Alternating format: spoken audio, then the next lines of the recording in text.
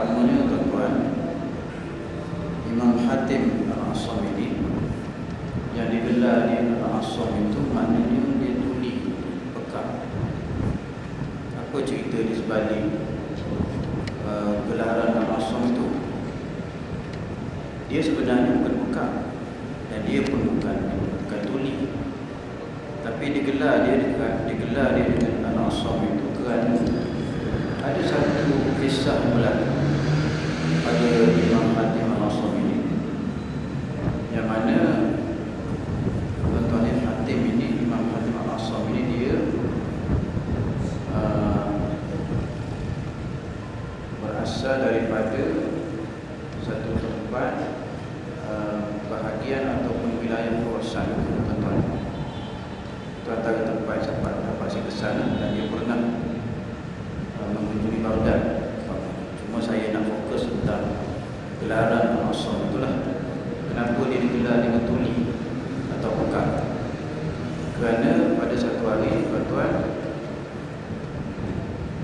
seorang perempuan datang kepada Hatim Al-Asam kerana Hatim ini dia sangat suka menderma.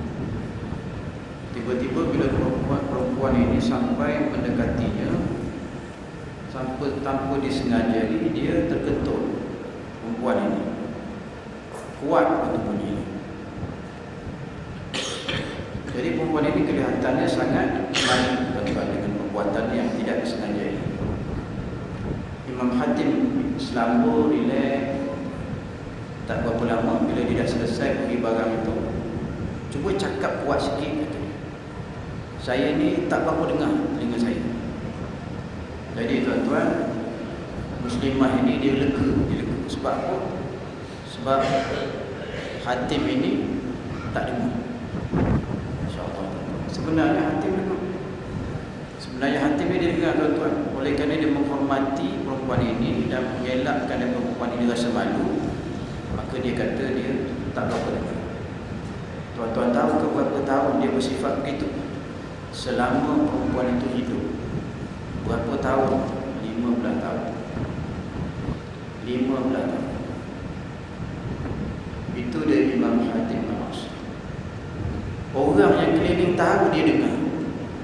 Orang keliling tak beritahu kepada perempuan ini bahawa Imam Hatim itu dia memang mendengar orang, tak beritahu. Sehinggalah tuan-tuan, Muslimah ini mati 15 tahun selepas peristiwa itu. Barulah dia, tuan-tuan, menggunakan semula. Tak adalah gunakan saudara dia itu buka. Tapi sentiasa saja ada perkataan yang selalu dia guna selama 15 tahun itu, keraskan sikit suara. Selalu guna perkataan itu. Itu jadi tabiat dia, tuan-tuan. Kerana 15 tahun dia semata-mata menjaga siapa, tuan-tuan? Menjaga hati perempuan itu. Itu, tuan-tuan, yang mulianya hati seorang imam yang sangat warok ini, tuan-tuan, menjaga hati orang. Jadi bayangkanlah kita ni, tuan-tuan, kita ni berapa kali kita buat puas hati orang. Bayangkanlah berapa kali kita menjadikan hati ibu kita tu puas hati dengan kita. Berapa kali ayah kita puas hati dengan kita, berapa kali adik-beradik kita puas hati dengan kita. Itu orang dekat-dekat dengan kita. Kalau Imam Hatim Al-Asam itu sekali keadaannya, tuan-tuan, tengoklah betapa besarnya dosa orang yang buat orang itu puas hati. Kalau tengok pada keadaan Imam Hatim Al-Asam, itu sejarah digelarkan dia dengan Al-Asam yang maknanya bukan atau tuli.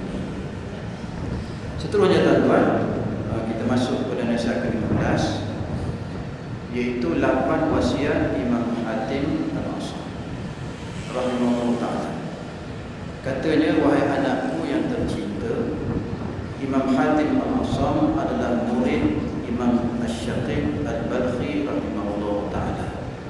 Jadi yang ini dikaitkan pula dengan seorang lelaki yang lain, gurunya, iaitu Imam Syaqiq Al-Balkhi rahimahullah ta'ala, yang terkenal dalam internet ni, tuan-tuan, kisah kepada siapa kau marah. Tajuk dia. Tajuk dalam internet ni banyak. Kepada siapa kau marah. terkenal Imam Syaqi Al-Balkhi ni, dia telah membeli sebiji tembikai, bawa balik ke rumah. Bila isterinya belah tembikai itu, terdengar suara isterinya maki hamun. Imam Syaqi Al-Balkhi datang mendekati isterinya. Kau marah kat siapa? Pasal apa kau marah? Dia kata, timun ini, tembikai ni tak elok dalam dia, buruk dalam dia, tak mandi, itulah lebih kurang, tak elok lah, artinya tak elok. Lalu kata Syaqi Al-Balkhi, kamu marah kat siapa? Kamu marah kepada aku yang beli ke? Ataupun kamu marah pada penjual dia ke? Ataupun kamu marah kepada penanamnya ke? Ataupun kamu marah pada penciptanya? Baik. Jadi Imam Syaqi Al-Balkhi guru kepada Hatim Al-Asam ini tanya isterinya dengan tujuan untuk ajar dia. Kalau kau marah pada aku, takkanlah aku suami kamu nak beli benda tak elok kalau aku tahu dia tak elok. Penjual dia nak customer dia datang balik, takkan dia nak jual benda tak elok, sebab dia nak suruh orang tu datang beli dengan dia balik. Tentu dia jual yang terbaik, dia tak nak jual benda yang tak elok. Penanam lagi lah. Ada orang datang, pembekal datang beli dengan dia nak yang terbaik. Dia dah di antara orang yang jaga tembikai itu dengan bajunya, dengan sirah, dengan macam-macam tu. Dia nak yang terbaik. Jadi kerana tiga ini, kamu tak akan mungkin marah kepada tiga ni, maka kamu marah kepada pencipta ni. Kata Syaqi Al-Balkhi, bertaubatlah kepada Allah, istighfarlah banyak-banyak, kerana kamu sedang maki hamun pencipta kepada tembikai itu. InsyaAllah tuan-tuan, itu teguran imam yang besar ini. Hatim itu dah hebat dah kita dengar. Syaqi Al-Balkhi ni tuan-tuan, gurunya lebih kurang hebatnya, malah lebih hebat lagi daripada anak murid sendiri tuan-tuan. Syaqi Al-Balkhi anak muridnya Hatim Al-Asam. Kata gurunya tuan-tuan, beliau pernah ditanya oleh gurunya Syaqi Al-Balkhi rahimahullah ta'ala, kau telah belajar daripadaku selama 30 tahun lamanya, maka apakah ilmu yang telah kau dapatkan daripadaku? Hatim Al-Asam menjawab, aku telah dapat menghasilkan 8 faedah daripada segala yang aku pelajari. Pada hemat saya, 8 faedah ini sudah memadai untukku, kerana aku mengharapkan padanya keselamatan dan kesejahteraanku pada hari kiamat nanti. Sepanjang dia belajar 30 tahun dengan Syaqi Al-Balkhi, dia merumuskan 8 perkara. Tuan-tuan setakat ni belajar berapa tahun? Nak tanya tuan-tuan, adakah sebarang rumusan tak dapat dibuat lagi selama belajar beberapa tahun? Tuan-tuan ni, apa cara terbaik bila kita belajar untuk memberi kesan pengajaran kita, pelajaran kita tu tuan-tuan? Setiap kuliah ada khulasah. Saya sebut sekali lagi tuan-tuan, supaya pengajaran kita, pembelajaran kita itu bagus, berkesan, setiap kuliah ada khulasah, ada catatannya sebagai kesimpulan kepada kuliah malam ini. 1, 2, 3 paling mudah diingat, 5 susah ingat. Tuan-tuan, jadi kesimpulan tuan-tuan buat pada buku catatan tuan-tuan, ataupun sekurang-kurangnya tuan-tuan balik, tuan-tuan pada otak kita ni dah ada satu benda sekurang-kurangnya, bahawa malam ni saya dapat ini, ataupun yang kedua, ataupun yang ketiga. Kita ada sesuatu buat balik.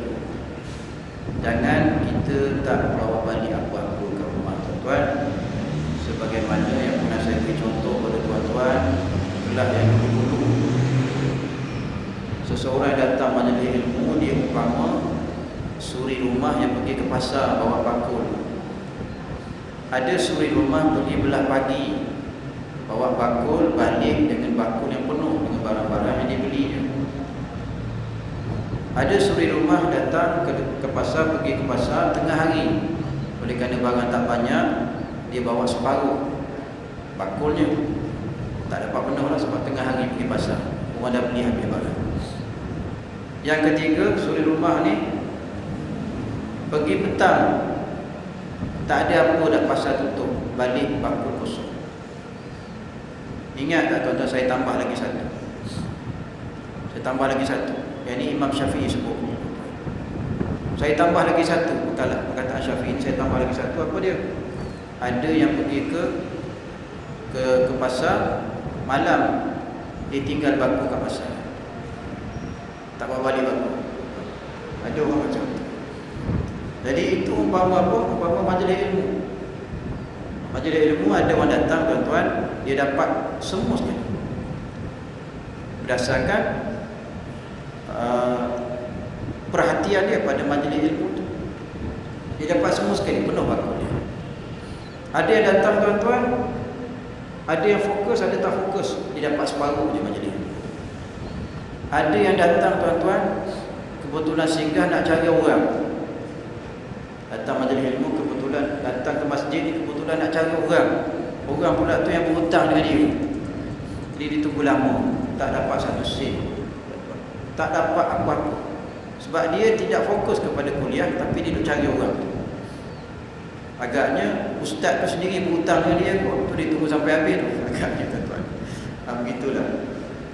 Yang keempat tuan-tuan, yang keempat tuan-tuan, dia tinggal terus diri dia kat sini, dia buat balik diri dia ke sana, tapi bekas ilmu dia tu dia tinggal kat sini. Ataupun sekurang-kurangnya buku yang dia bawa tu dia tinggal habis kat sini, tak balik ke rumah. Itulah umpama.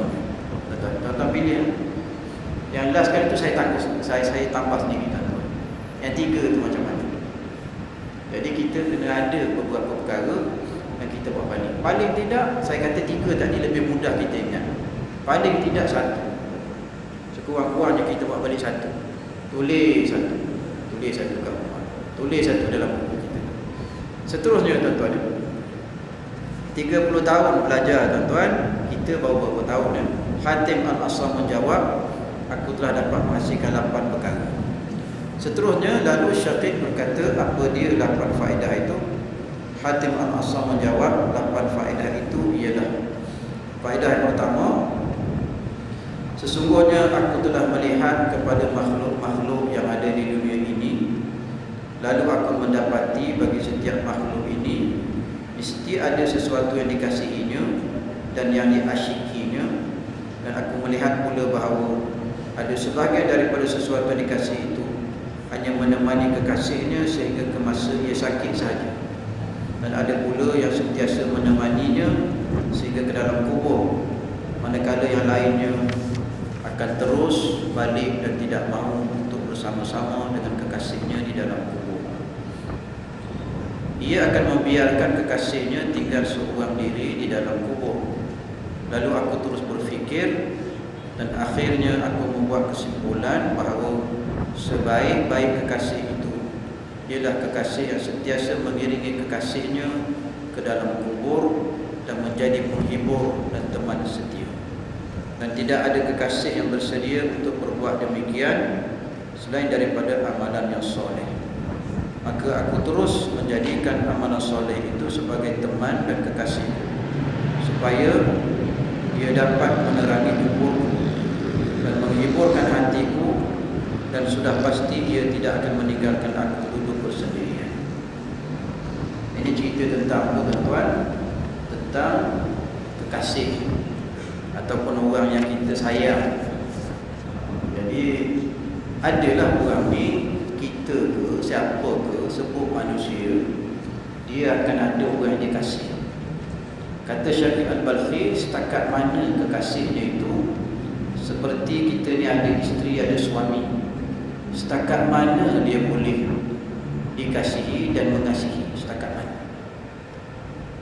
Jadi Syafiq Al-Balkhi, apa ni silap tuan-tuan ni, Hatim Al-Asam kata, banyak perkara yang aku lihat, banyak pihak yang aku lihat kasih orang berbagai-bagai perkara, berbagai-bagai cara. Ada orang ni kasih pada isteri dia, ada orang ni kasih pada orang ni, ada orang ni kasih pada orang ni tuan-tuan. Jadi kasihnya itu nampaknya setia, nampaknya hebat kasihnya itu, tapi adakah dia sanggup masuk dalam kubur sekali dengan kita? Sampai ada kita dengar ada orang bakar diri kerana putus cinta. Kerana putus cinta bakar diri. Mak dia bangun pagi bau je, hangit bau. Gentung anak dia di balkoni rumah dia. Dia duduk apartmen mewah. Kat mana saya tak ingat dah tuan-tuan ceritanya. Dia bakar gentung tuan-tuan diri dia. Bau hangit mak dia tu. Pagi baru sedar kerana putus cinta. Begitu sekali tuan-tuan, cinta orang. Jadi cinta mana yang sebenarnya? Kekasih mana yang sebenarnya tuan-tuan? Yang patut kita pilih. Kata Syekh Al-Balkhi sebagaimana disebut oleh Nabi SAW, apa ni, 3 perkara yang ikut contohlah yang disebut oleh Hatim Al-Asam ini. Ada satu hadis Nabi SAW yang menjelaskan pada kita tentang 3 jenis yang mengikut manusia yang mati itu ke kuburnya. 3 perkara yang ikut kita ke kubur kalau kita mati. Yang pertama ialah keluarga kita. Yang kedua ialah harta kita. Mungkin kereta kita datang sekali ke ikut tuan-tuan. Yang ketiga ialah amalan kita, baik atau buruk. Maka 2 perkara akan balik semula ke rumah kita. Dia takkan masuk sekali dengan kita dalam kubur. Yang tunggu ialah amalan, jahat dan baik. Dia akan masuk dalam kubur sekali dengan kita. Jadi kata Hatim Al-Asam bahawa bila aku kenal yang ini kasihnya setakat kubur, setakat atas kubur, selepas itu dia akan balik. Keluarga ke aku datang, hantar aku sampai menangis-nangis tuan-tuan. Ayah mati, suami mati, isteri mati, menangis-nangis tuan-tuan. Sampai kalau boleh nak tidur kat kubur tu. Akhirnya balik juga. Jadi yang paling setia dengan kita siapa? Amalan kita. Kata Hatim Al-Asam, barulah aku kenal siapa sebenarnya yang paling setia, yang aku kena curahkan kasih sayang, yang aku kena buat banyak-banyak, iaitu amalan. Amalan soleh lah tuan-tuan. Allah berfirman contohnya dalam surah Al-Baqarah ayat 82, walladzina amanu wa amilus solihat ulaika ashabul jannah hum fiha khalidun. Al-Baqarah ayat 82. Maksudnya, dan orang-orang yang beriman serta beramal soleh, mereka lah ahli syurga, mereka kekal di dalamnya. Orang-orang beriman, dia datang setelah lepas orang-orang beriman yang beramal soleh. Banyak Quran sebut begitu. Banyak ayat dalam Quran macam tu tuan-tuan. Sebut orang yang beriman terus orang soleh. Wa amilus solihat, yang beramal dengan amalan-amalan soleh. Amalan soleh ni skupnya sangat besar tuan-tuan. Sangat lebar, sangat luas amalan soleh. Sehingga kan banyak perkara-perkara yang dikira kita lakukannya dikira sebagai amalan soleh. Tuan-tuan, antaranya berfikir untuk agama. Sebagaimana ada satu hadis dhaif diriwayatkan oleh para ulama ni tuan-tuan, walaupun dia dhaif, sekali berfikir tentang agama kita dapat menyamai lebih kurang 70 tahun tuan-tuan ibadah. 70 tahun ibadah. Sekali berfikir tentang agama, tafakkur, sekali berfikir tentang agama. Walau bagaimanapun kata Dr. Zulkifli Al-Bakri, hadisnya hadis dhaif. Macam mana pun kita ambil dah tuan-tuan tentang kelebihan orang-orang yang berfikir untuk agama.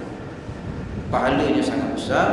Satu hadis lain lagi yang pernah Nabi kita sebutkan, sekali berada majlis ilmu, yang mana majlis ilmu itu menjadikan kita berfikir tentang agama, lebih afdal daripada 1000 rakaat solat sunat. Itu kelebihan. Itu di antara amalan-amalan soleh. Nak lebih lagi, bersedekahlah tuan-tuan. Sedekahlah banyak-banyak, kerana itu amalan yang melibatkan 2 pihak, Allah dan manusia. Bila kita bersedekah, Allah beri pahala tuan-tuan kita dengan Allah. Tapi sedekah kita kepada manusia sesama kita tuan-tuan, maka sekali lagi kita dapat kelebihannya. Lepas tu kalau kita sedekah, satu lagi nak tambah kelebihannya, sedekahlah pada anak beranak. Anak beranak tambah lagi kelebihannya. Apa dia? Hubungan silaturahim tambah lagi. Itu di antara ibadat amalan soleh yang sangat elok kita buat tiap-tiap hari secara rutin, secara tetap, secara berterusan. Cari je tuan-tuan, cari orang mana kita nak sedekah ni, cari RM10 atau RM5. Tabung tu ada tuan-tuan, keliling tuan-tuan, tabung tu ada, tabung tu tak lari, tuan-tuan saja lari. Tabung banyak ni tuan-tuan, sambil-sambil lalu RM1 pun tak apa, RM2 pun tak apa. Kalau lebih banyak lagi bagus tuan-tuan, lagi bagus. Orang beri kipas besar tuan-tuan, sekali orang sejuk, sekali pahala dapat tuan-tuan. Tapi tak ramai orang nak beri kipas besar, agaknya takut tengok kipas besar sangat tuan-tuan. Sekali pusing dia tuan-tuan, orang jadi sejuk. Orang yang sedekah beri kipas tu macam mana? Pahala dapat? Tidak dapat pahala. Itulah tuan-tuan. Tok siap jawatan allowance je dapat tuan-tuan. Allowance dapat 500. Agaknya tak dapat 500 allowance tok siap. Tapi dia buka kipas tuan-tuan, dia buka aircon, buka mikrofon, buka ni tuan-tuan, semua dapat pahala. Semua dapat pahala tuan-tuan. Semua benda berkemah-kemah ni, bersihkan tuan-tuan, semua dapat pahala. Semua adalah amalan soleh tuan-tuan. Besar lagi, kalau nak cerita yang besar lagi tuan-tuan, berjihad fi sabilillah lah. Berjihad fi sabilillah sangat besar pahalanya tuan-tuan. A'zam darajatan indallah. Allah kata orang-orang yang alladzina amanu wa hajaru wa jahadu fi sabilillah. Allah kata orang-orang yang beriman, yang berhijrah dan berjihad fi sabilillah itu mendapat darjat yang sangat tinggi di sisi Allah Subhanahu wa taala. Itu juga amalan soleh. Jihad fi sabilillah tuan-tuan, lagi besar, lagi banyak masalah, lagi besar pahala kalau kita sabar. Itulah dia amalan soleh yang disebut oleh Hatim Al-Asam. Baru dia kenal, selama ini dia duduk tuan-tuan tengok ada ramai orang dia kasihi, satu saja yang dia boleh ambil peduli ataupun dia serius dengan ini tuan-tuan, kekasih ini saja, iaitu amalan soleh. Jadi kita kena buat amalan soleh. Contohnya tuan-tuan, Rasulullah SAW bersabda, mafhumnya sesungguhnya liang kubur adalah awal perjalanan akhirat. Yang tadi yang kita ambil balik tadi tentang amalan kita berada dalam kubur bersama dengan kita yang paling setia dengan kita. Liang kubur adalah awal perjalanan akhirat. Jika seseorang selamat dari siksaannya, maka perjalanan selanjutnya akan lebih mudah. Namun jika ia tidak selamat dari siksaannya, maka siksaan selanjutnya akan lebih kejam dan dahsyat. Riwayat Tirmizi. Jaga tuan-tuan, jaga baik-baik tuan-tuan. Yang ini berat bagi kita. Kalau tuan-tuan duduk transit tu, duduk saja transit dalam kubur, kita tak selamat daripada seksa. Tanya kita, maknanya kita tu ada neraka. Jadi tuan-tuan, macam saya selalu beri contoh, macam apa tuan-tuan? Contoh, kita ni kena tahan kat polis. Boleh tahan, dia kata datang mana cik? Oh datang masjid, jalan. Tapi kalau dia kata datang mana cik? Saya datang daripada rumah saya tadi, minta lesen. Bila start dia minta lesen tuan-tuan, tuan-tuan kena saman lah. Bila banyak bincang, banyak tanya, tuan-tuan mesti kena saman. Dia check lah, tayar lah, ni lah tuan-tuan. Ada je benda dia nak saman kalau dia banyak tanya. Begitulah dalam kubur tuan-tuan. Dalam kubur macam tu lah. Tanya pula tu dia 4 soalan je tuan-tuan. Kita rasa 4 soalan tak apalah. Masa SPM dulu kalau objektif 50 soalan boleh jawab. 4 soalan ni tak apalah tuan-tuan. Nabi kita kata 4 soalan tu tuan-tuan, jaga 4 soalan. Betul ke 4 soalan? Duduk dalam kubur 1000 tahun 4 soalan je ke? Macam mana tuan-tuan? Nabi kita lalu satu kubur, 2 lah, Nabi kata 2 kubur. Kubur yang ini ni disesa oleh Allah kerana tak selesai masalah kencing. Nabi pun ambil pelepah tamar, belah 2, tak pacak satu tuan-tuan. Pacak satu. Jadi selagi mana dia tak mati, tak kering, Nabi kata dia akan berzikir atau mendoakan orang dalam kubur. Jadi daripada sini kita boleh ambil dia sebagai hujah untuk orang yang kata tahlil tak boleh dah ni tuan-tuan. Jadi kalau lepas tamar tu pun Nabi kita kata biar dia berwirid, berzikir, doa untuk dalam tu, orang dalam tu. Jadi kalau manusia nak wirid sikit, nak tahlil sikit, doa pada mayat tak boleh tu. Kalau pelepah tamar tu boleh tuan-tuan. Orang lagi dah boleh tuan-tuan ya. Lagi dah boleh orang ni. Ni duk marah kau orang tahlil tuan-tuan. Sian kau nak tahlil tuan-tuan. Cuma orang tahlil kena tengoklah takut ada anak yatim. Makan harta anak yatim tu susah pula. Itu kena jaga sikit lah tuan-tuan. Dua perkara penting yang dapat menyelamatkan manusia di alam barzakh ialah akidah dan amalan. Terutamanya amalan sembahyang yang mencukupi. Manusia dibangkitkan semula mengikut akidah semasa mereka dimatikan. Tuan-tuan ya, manusia sekarang ni, saya tengok seorang sahabat saya tuan-tuan. Bukan sahabat dah, tapi orang kita kenal lah. Dia mati, dia tak berapa baik. Orangnya tak berapa baik tuan-tuan. Tuan-tuan tak kenal dia tak apa. Orang pun tak tahu saya sebut siapa tuan-tuan. Bila dia mati, ada orang pergi ziarah. Saya tanya ada benda pelik-pelik? Tak ada. Tak ada. Macam tu punya orang tak ada benda pelik-pelik? Tak ada Ustaz. Tak ada apa-apa. Tuan-tuan, kita jadi ngeri tuan-tuan. Dengar dia mati tu, dia ni kalau mati ni berat ni tuan-tuan. Bagi kita rasa begitu. Tapi manalah tahu sebelum dia mati dia telah bertaubat kepada Allah Subhanahu Wa Taala. Tuan-tuan, dia bertaubat kepada Allah Taala. Saya selalu beri contoh siapa tuan-tuan? Syarifah Aini lah.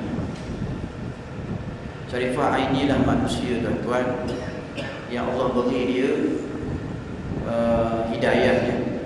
Allah beri dia petunjuk supaya dia tuan-tuan di akhir umur dia tu dia bertaubat.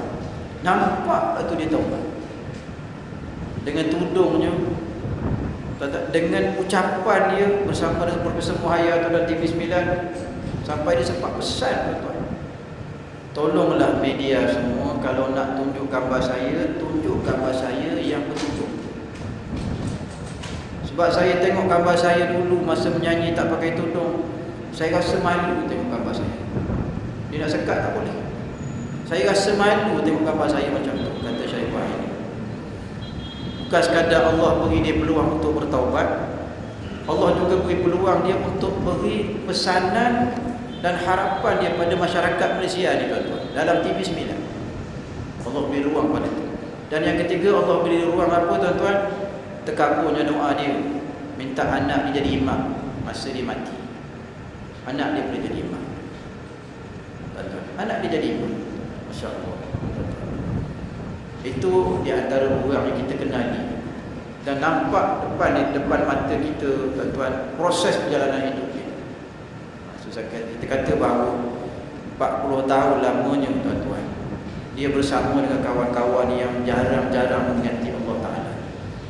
40 tahun lamanya dia dalam industri nyanyian ini tuan-tuan, yang mana perkara yang dia buat itu langsung tidak mendekatkan dia dengan Allah, malah menjauhkan dia daripada Allah Subhanahu Wa Ta'ala.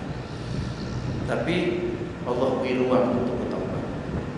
Itu kelebihan yang ada pada Allah Subhanahu Wa Ta'ala. Sifat dia yang mulia. Walaupun puluh tahun orang lupa pada dia, katakanlah begitu tuan-tuan. Walaupun puluh tahun dia jaga-jaga sembahyang, banyak tinggal, kalau boleh kita kata begitulah tuan-tuan. Tapi Allah Subhanahu Wa Ta'ala masih lagi beri ruang pada dia tuan-tuan, dan beri dia hidayah untuk tuan-tuan terus menghabiskan dunianya dalam keadaan dia kembali kepada Allah Subhanahu Wa Ta'ala. Itu kita jangan lupa tuan-tuan, ni tengok orang tak bagus ni, kita bukan disuruh untuk maki hamun dia, kita disuruh untuk berdoa untuk dia. Saya rasa boleh lagi ambil yang kedua, insyaAllah.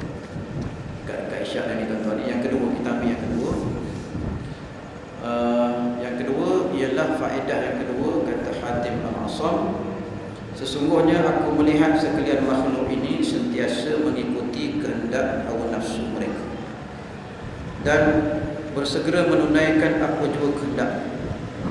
Lalu aku memikirkan firman Allah Ta'ala yang berbunyi, wa amma man khafa maqama rabbih wa nahan nafsa 'anil hawa fa innal jannata hiyal ma'wa. An-Nazi'at 40 hingga 41. Dan ada pun orang yang takut akan berdiri di hadapan Tuhannya dan menahan nafsu daripada kehendak-kehendaknya, maka orang itu akan dijadikan baginya syurga itu sebagai tempat tinggalnya. Jadi tuan-tuan, sekarang ni yang dilihat oleh Imam Hatim Al-Asam ini ialah nafsu. Tadi dia lihat kekasihnya yang paling setia siapa. Yang kedua ni dia lihat tentang nafsu manusia. Daripada pemikiranku terhadap ayat ini, maka timbul satu keyakinan di dalam hatiku bahawa Al-Quran itu adalah benar dan nafsu itu mesti dimusuhi. Lalu aku pun menjadikannya sebagai musuh dan berjuang untuk menentangnya. Dan aku tidak pernah memanjakannya sehingga ia tunduk kepadaku dan merasa puas hati dengan tugasnya untuk taat dan beribadat akan Allah Ta'ala. Jadi nasihat kedua hasil dari pengajian Imam Hatim Al-Asam selama 30 tahun dengan Syekh Al-Balkhi ini tuan-tuan, maka dia mengenali akan siapa musuhnya. Jadi yang dia kenali musuhnya nafsu syahwat itu. Nafsu dia tu lah. Jadi kalau nafsu ni kita tengok tuan-tuan, dia ni kena belai ke kena cantai? Nafsu ni. Jadi kata artikel yang saya buat ni tuan-tuan, berjuang melawan kehendak nafsu memang bukan perkara mudah. Apalagi kehidupan akhir zaman yang semakin gila ni tuan-tuan. Untunglah orang yang sudah mampu mengendalikan nafsu mereka dan memiliki nafsu yang dirahmati oleh Allah Ta'ala. Sifat nafsu itu tuan-tuan yang menjadi fokus kepada Imam Hatim Al-Asam. Jadi untunglah orang yang menguasai nafsu. Untunglah manusia yang tidak mengikuti hawa nafsu. Selalu kita dengar orang cakap, orang perempuan dia ada nafsu 9, orang lelaki dia ada nafsu 1. Tapi orang lelaki kahwin lebih. Nafsu orang perempuan 9/10, nafsu lelaki 1/10. Akal orang lelaki 9/10, akal perempuan 1/10. Macam mana tu tuan? Orang lelaki dia boleh kahwin 4, nampak macam nafsu dia kuat pada perempuan. Macam mana nak tafsir?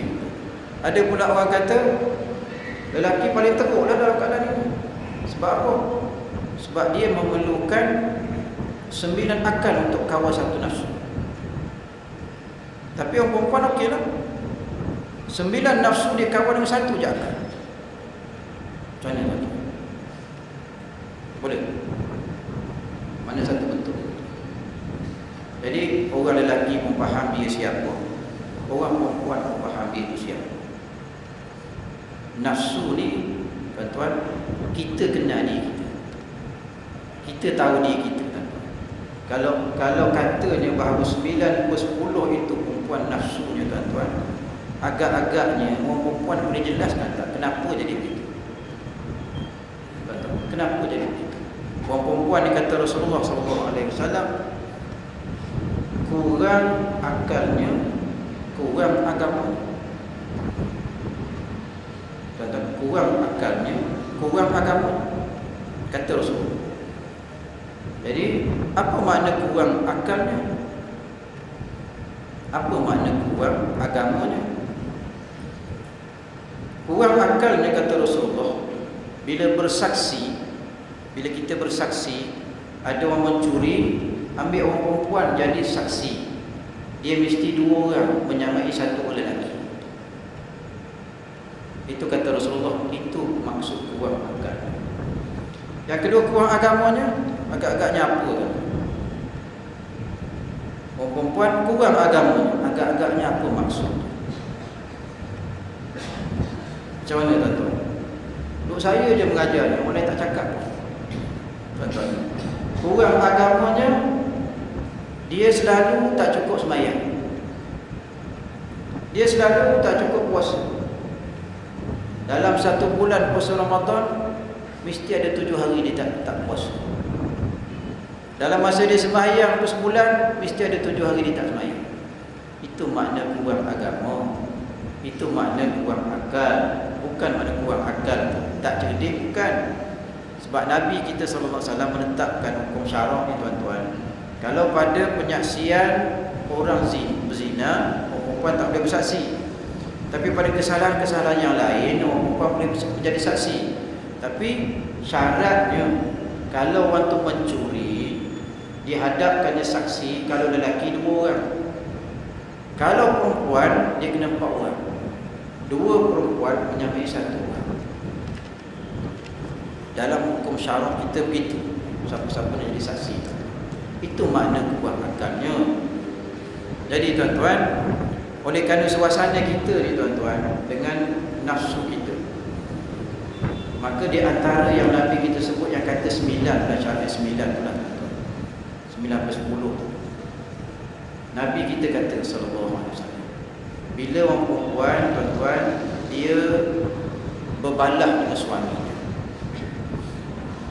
maka dia akan bercakap apa? Bukan perempuan kat sini, tempat lain tuan-tuan. Dia akan kata apa? Perempuan akan kata, apa yang abang beri kat saya selama ni? Masa berbalah ni, tak ada apa abang beri kat saya selama ni. Sepanjang saya berkahwin dengan abang, saya tak pernah rasa aman, tak pernah rasa tenang, tak pernah rasa bahagia. Itu kalamnya biasa. Nabi kita cerita dalam hadis sallallahu alaihi wasallam. Itu akan keluar. Betul ke tidak tu tuan-tuan?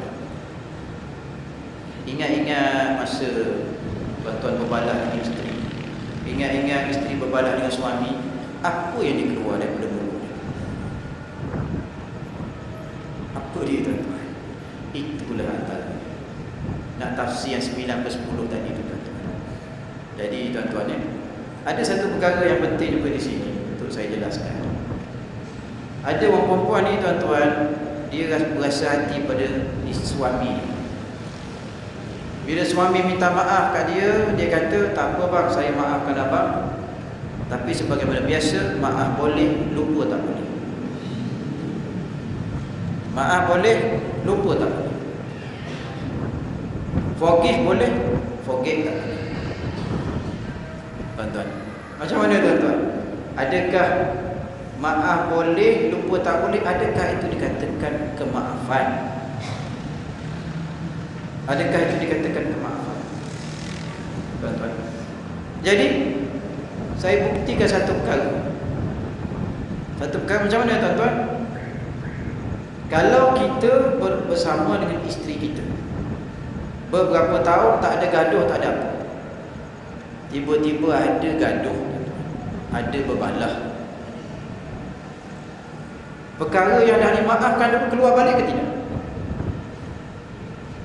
Keluar balik. Bila keluar balik, maknanya tidak dimaafkan. Dia akan recycle balik. Dia akan recycle balik. Maka sebenarnya tuan-tuan, isteri tak maafkan suami, walaupun suami telah minta maaf dengan dia. Berkekalarlah dia dengan dosa daripada mula dia tuan-tuan, suami dia minta maaf, sampai sekarang ni dia ungkit balik. Kekallah dosa dia. Jagalah baik-baik. Para isteri, jagalah baik-baik. Kalau suami sombong tak nak minta maaf, tu lain cerita pula. Lain cerita pula, tu ada perbincangan lain tuan-tuan. Dia suami nak minta maaf, tu dia kata forget boleh, forget tak boleh. Habis. Tuan-tuan, itu keadaannya tuan-tuan. Seterusnya diriwayatkan oleh Tirmizi tuan-tuan, satu hadisnya, segala puji bagi Allah, kita memohon pertolongan, petunjuk dan keampunan. Kita berlindung kepadanya dari kejahatan-kejahatan nafsu kita dan keburukan-keburukan perbuatan kita. Yang itu kita bimbang tuan-tuan. Doa yang Nabi kita ajar daripada kita, riwayat daripada Tirmizi, Nasai, supaya kita semua berdoa kepada Allah, ya Allah, aku mohon pertolongan daripada-Mu, berilah petunjuk dan keampunan. Kita Kita minta perlindungan daripada Allah daripada kejahatan-kejahatan nafsu kita dan keburukan-keburukan perbuatan kita. Tuan-tuan, kata Imam Hatim Al-Asam, nafsu itulah musuh kita. Itulah dia musuh sebenar kita. Nafsu. Tambah pula syaitan datang, iblis datang masuk dalam diri kita, tambah lagi kita nafsu kita tu, tuan-tuan. Dia tambah satu, dia tambahan dia tu daripada nafsu kepada nafsu kita yang lain-lain tu, tuan-tuan. Begitulah keadaannya. Jadi tuan-tuan, umpama saya pernah kata pada tuan-tuan, beri contoh pada tuan-tuan dulu. Ada satu contoh saya beri. Pertama, dia melibatkan perempuan sikit lah, tuan. Kata seorang ustazah, bila suami dia kahwin lebih 4 suami dia kahwin. Dia kata apa ustazah ni, tuan-tuan? Tak apalah, kata dia, kalau macam ni keadaannya, saya tak nak jadi umat Muhammad. Sampai macam tu dia kata. Ustazah, pangkat ustazah, saya tak nak jadi umat Muhammad. Mana kita utamakan? Diri kita ke ataupun hukum Allah Subhanahu Wa Taala? Itu keadaannya. Waktu pernah juga saya, mungkin di sini kan tempat lain, tuan-tuan, saya pernah beritahu pada tuan-tuan bahawa ada seorang orang besar, tuan-tuan. Dia pernah kata dan ditulis oleh akhbar. Surat khabar ada tulis, suami saya kalau disimpan perempuan saya tak kisah, tapi saya tak boleh kalau dia kahwin lagi. Kalau disimpan perempuan tak apa. Sebab apa? Sebab tak ada tanggungjawab.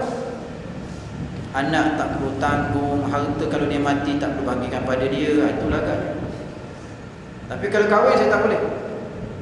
Masya Allah. Dalam akhbar tu ada tulis begitu. Ikut nafsu. Itu ikut nafsu. Kalau kita kaitkan sedikit tentang nafsu dengan marah,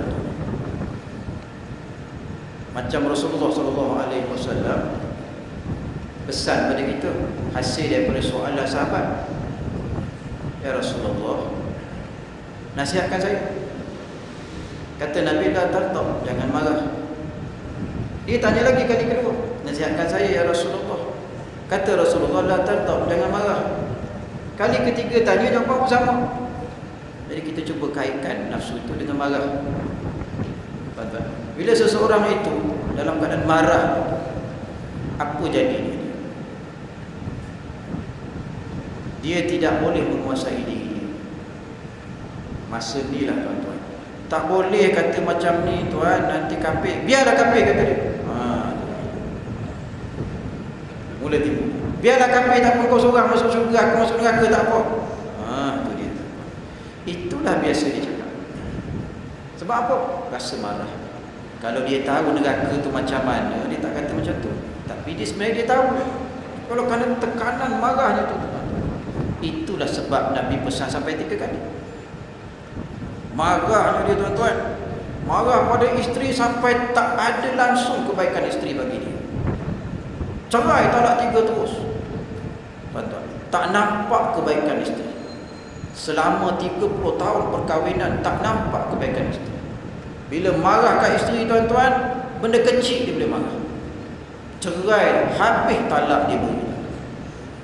Habis talak, tak ada sikit pun dengan dia. Buang habis, 3-3. Bila dah sejuk balik, mula tu. Mula dah, tuan-tuan, bila sejuk balik, Allah Rabbi, isteri dah lagi balik rumah mak dia dah. Kita pun mulalah malam-malam yang mendebu ceritakan. Masa tidur tengok atas, kira cicak buat beg. Tangan atas dahi, tangan atas dahi. Pagi bangun lepas solat subuh, tengok air kopi tak ada atas meja. Roti bakar pun tak ada atas meja.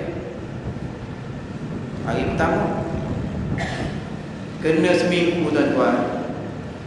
Allah Rabbi. Biasa kalau tidur atas katil belah kanan, pusing kiri ada. Seminggu dah tak ada. Tak ada teman berbual. Tuan-tuan, isteri kita lah di antara orang yang paling setia dengan kita bercakap. Walaupun dia dengar sampai telinga. Isteri kita lah tuan-tuan, paling setia. Dia tak ada serabut abang ni cakap, tak ada, dia dengar tapi dia lena. Itulah sebenarnya tuan-tuan. Lepas tu saya tanya orang tua umur 65, pakcik kahwin, baru kahwin. Umur berapa pakcik? 65. Saya nak tanya pakcik satu benda. Apa tujuan kahwin dah tua-tua? Kata dia yang pertama, kau tu 40 lebih baru. Sampai umur aku ni kau tahulah. Kata dia macam tu tuan-tuan. Beritahulah, takkan saya nak tunggu saya 65 baru saya tahu jawapannya. Beritahulah. Kata dia bila tidur tak ada kawan bercakap. Bila minum air tak ada kawan bercakap. Bila duduk kursi ruang tamu tak ada kawan bercakap. Tak ada orang duduk sebelah kursi kereta kita. Kalau ada isteri boleh pergi kita habiskan masa-masa tua kita. Jalan pergi tu nasi belau kat sana. Jalan sana pergi nasi kerabu kat sana. Dia nak teman cakap, teman hidup. Tuan-tuan, kalau dari segi nafsu syahwat kata dia tak jadi dah. Umur 65 dia 65 tak jadi dah. Beranak pun tak boleh dah kata dia. Mengandung pun tak boleh kata dia. Makanlah 40 dalam satu pun tak jadi dah. Kata dia tuan-tuan, naknya bila kita ada seseorang boleh cakap. Oh gitu tuan-tuan. InsyaAllah tuan-tuan. Itulah peranan isteri. Tuan-tuan bila dah masuk umur 6 series ni ataupun 7 series ni tuan-tuan, begitulah peranan isteri. Masya Allah tuan-tuan. Baru kita tahu kelebihan. Itulah tuan-tuan. Jadi kalau ayah kita ni dah mati mak kita, dia nak kahwin lagi satu, berilah dia kahwin. Beri dia kahwin tuan-tuan.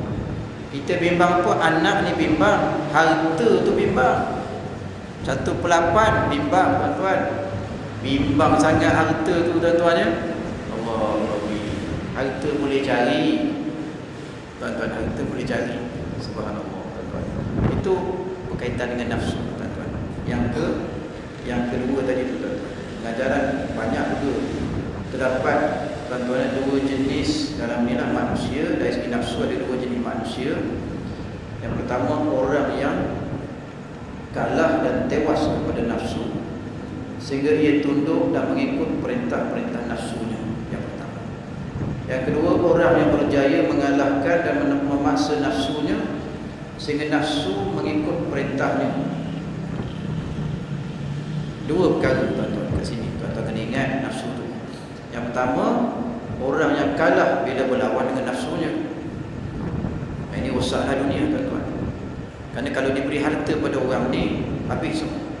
Diberi kuasa pada orang ni, rosak dunia. Yang kedua ni, orang yang berjaya mengalahkan dan memaksa nafsunya sehingga nafsu mengikut perintahnya. Nafsu tu dia boleh ajar nafsu. Yang ini sangat bagus tuan-tuan keadaan. Allah Subhanahu Wa Taala beri pada kita tuan-tuan kekuatan untuk lawan nafsu kita. Itu di antara orang yang terpimpin jalannya oleh Allah Subhanahu Wa Taala. Apakah cara kita untuk mengatasi nafsu kita ni tuan-tuan? Itulah kesan dia dua jenis nafsu. Kalau kita kalah ataupun kita berjaya, dua je nafsu kita ni tuan-tuan. Apakah cara untuk kita tuan-tuan untuk lawan hawa nafsu kita? Dan apakah cara kita ni boleh lawan hawa nafsu kita? Selama ni kita dah ikut hawa nafsu kita. Macam mana nak lawan tuan-tuan nafsu kita ni? Nafsu tak baik lah tuan-tuan. Macam mana nak lawan? Tuan-tuan ni, saya tengok boleh bincang benda lain tuan-tuan ni. Benda lain tuan-tuan fikir sendiri. Satu benda saja saya tengok. Bila Allah takdirkan, bila Allah tunjuk jalan kita, beri hidayah pada kita, dapat lawan hawa nafsu, selamat kita. Kalau sebaliknya tuan-tuan, tak selamat. Terletak pada siapa tu tuan-tuan? Bukan letak pada kita, letak pada Allah Subhanahu Wa Taala. Kerana itu, apakah tindakan kita di sebalik ini tuan-tuan? Banyakkanlah doa. Banyakkanlah doa. Itulah satu-satu cara untuk kita tuan-tuan menjamin kita ni tak ikut hawa nafsu. Kerana dari segi pengalaman kita tuan-tuan, Kalau kita tahan lawan dia, pada satu hari kita akan ikut dia. Semua kita ada nafsu. Walaupun kita dapat bertahan, hari ini kita boleh tolak dia, hari ini boleh tolak dia, tapi tuan-tuan tak selama-lamanya dapat tolak dia. Tuan-tuan akan ikut juga nafsu. Satu saja cara, Allah saja dapat tolong kita. Itu saja. Selama ini tuan-tuan, yang mengelak kita tu, bila kita sendiri tuan-tuan ya, nak ngikut nafsu, ada macam memaskat dalam jiwa kita. Janganlah. Kadang-kadang tuan-tuan bila nak buat tu, macam saya ni tuan-tuan, katakanlah saya timbul dalam cakapan dalam jiwa kita ni, engkau tu ustaz nak ikut nafsu ke? Gitu sampai Allah pimpin kita. Allah cela kita tu tuan-tuan daripada dalam jiwa kita tu, sampai kita tak ikut nafsu kita. Siapa yang boleh mencela kita tu? Allah saja. Kita bergantung sepenuhnya dengan Allah Subhanahu Wa Taala. Tuan-tuan, sebab itu kita tuan-tuan, jangan kita jauh dengan Allah walaupun satu saat. Kita berharapkan Allah 24 jam tuan-tuan, sehari. Tak ada masa kita tuan-tuan jauh dengan Allah Subhanahu, tak ada masa.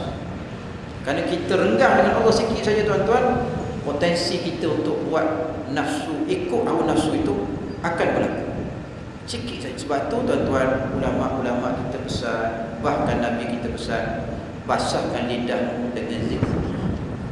Apa sebab tu tuan-tuan zikrullah tu? Bolehlah kita kata zikrullah itu nak beri pahala banyak. Ada lagi fungsi dia lebih besar, supaya kita sentiasa ingat pada Allah tuan-tuan, yang dialah yang mana boleh menjaga kita daripada nafsu kita.